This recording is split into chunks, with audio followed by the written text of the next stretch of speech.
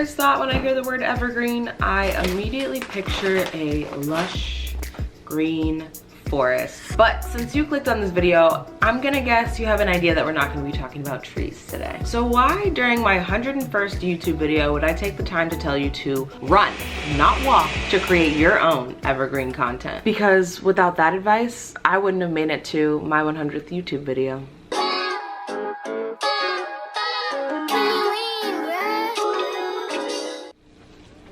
Whew. Okay. We had to get settled in. And it was worth it. Before we get into our little forest journey for today, don't forget to like, comment, and subscribe. Every little click helps out this channel, and we are trying to grow over here, baby. All right, shall we get on to the topic of the day today? I think we shall. So the other day, I was watching one of my favorite creators, Erin from Erin On Demand. She was doing a Q&A, and one of the questions that came up was, how do I stop trying to be a YouTuber? Thus sparked this video idea for my fellow small creators. This one's for the people just like me who are already creating content but are bogged down by the imposter syndrome because after years of effort, trying, and honestly gaining some new skills, you still haven't reached 50,000 followers or landed that big brand deal yet. This is your reminder that if you're already creating the concept, producing the content, and pressing publish, you're a creator. You're doing the damn thing. So stop giving yourself such a hard time because you're not Mattie James or Bria Jones or Tanya Marie. They're all amazing, by the way. And sometimes it can be intimidating to hear from those large creators because, well, they already made it and they're not always the most relatable. So today I'm going to give you a little recap about how we made it here to August 2023, and then I'm going to give you my tips for getting to your 100th YouTube video if you haven't done it yet. And if you've already made it past 100 YouTube videos, this advice still applies. So make sure you watch to the end so you don't miss out on anything. So before you click off this video and go, this girl only has 300 subscribers at the time I'm seeing this, or at least at the time of recording, what the hell does she know about content and content creation? Hi guys, my name is Taryn. In my 9 to 5, I work in the youth development nonprofit world, and when I'm not doing that, I'm focused on creating content. And I've been doing it for the last 5 years or so. And while I haven't amassed a huge following, I definitely love to study, and I can say that I know a little bit about this stuff.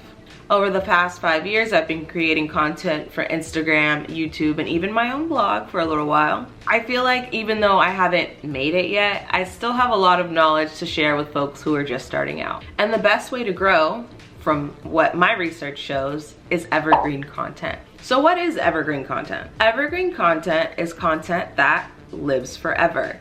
It is beyond the trends, it is beyond what's hot right now, and it's usually something people will continue to search for beyond some sort of short or seasonal period of time, which means we need to create content that will outlive the trends. So how do you make the most of your evergreen content? Search engine optimization, of course. If you're sitting there like, ugh, that basically just means making sure your titles and keywords contain words that people are searching for. So now let's get back to the content and how we got to 100 videos. So when I started creating content, I had a little bit of a dream. I saw folks talking to cameras, going on adventures, trying new things, making friends, and amassing huge success. And I wanted that too.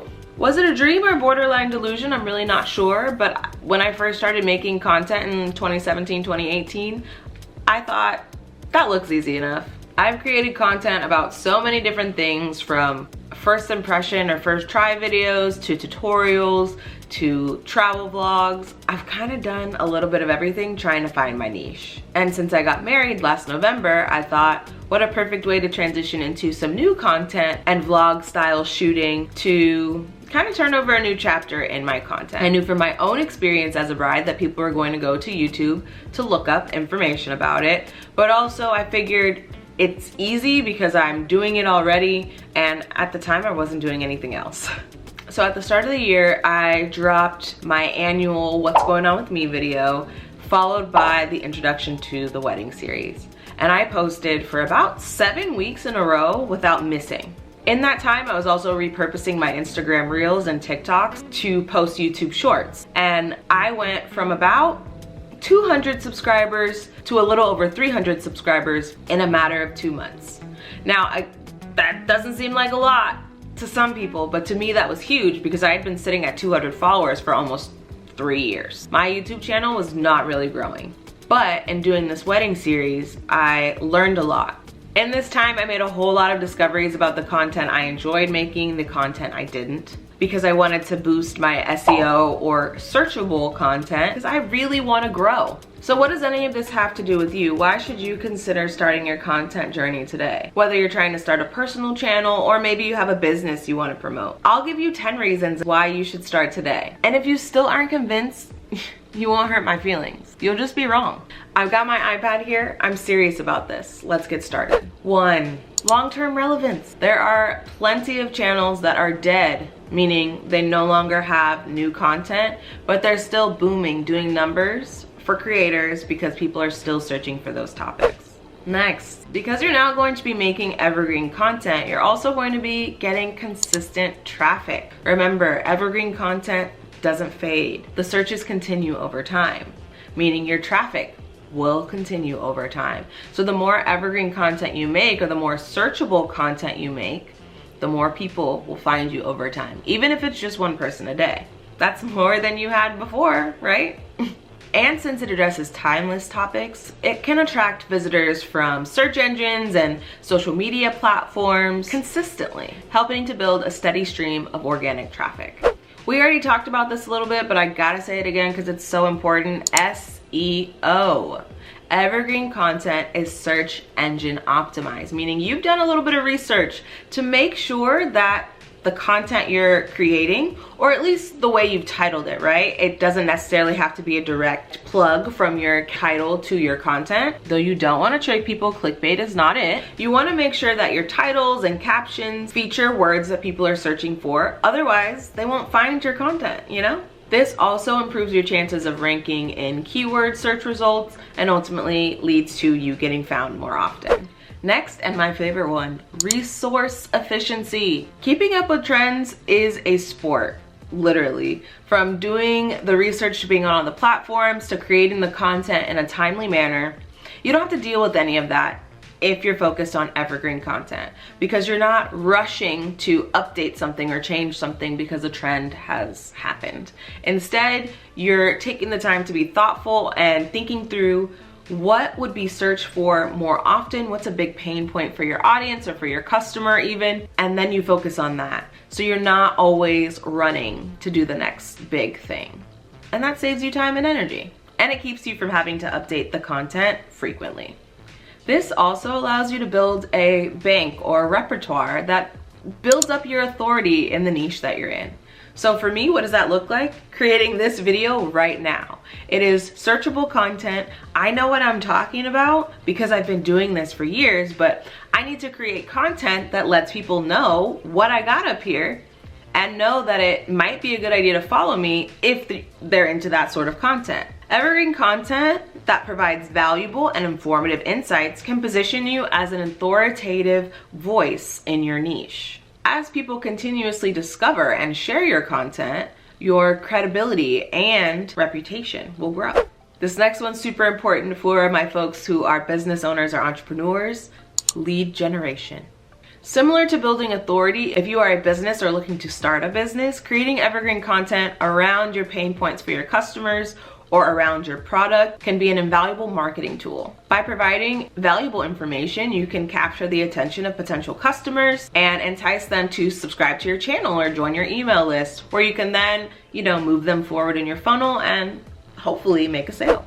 If it wasn't clear already, evergreen content also provides some timeless value. Evergreen content does so by focusing on common problems or answering questions that your target audience may have. When you provide timeless value, similar to helping to build your authority, this allows you to build some trusted audience members that you can engage later. Next is one of my personal faves, and you've probably seen a bit of it throughout this video because I've been doing it. Repurposability. Is that a word? Repurposing opportunities. Evergreen content, if done right, is versatile and can be used in many different ways on many different platforms. Obviously, it requires a little pre-work, so maybe setting up double cameras so you can get a vertical view and a view for YouTube. But beyond video, you can also use your audio for a podcast or your text for a blog.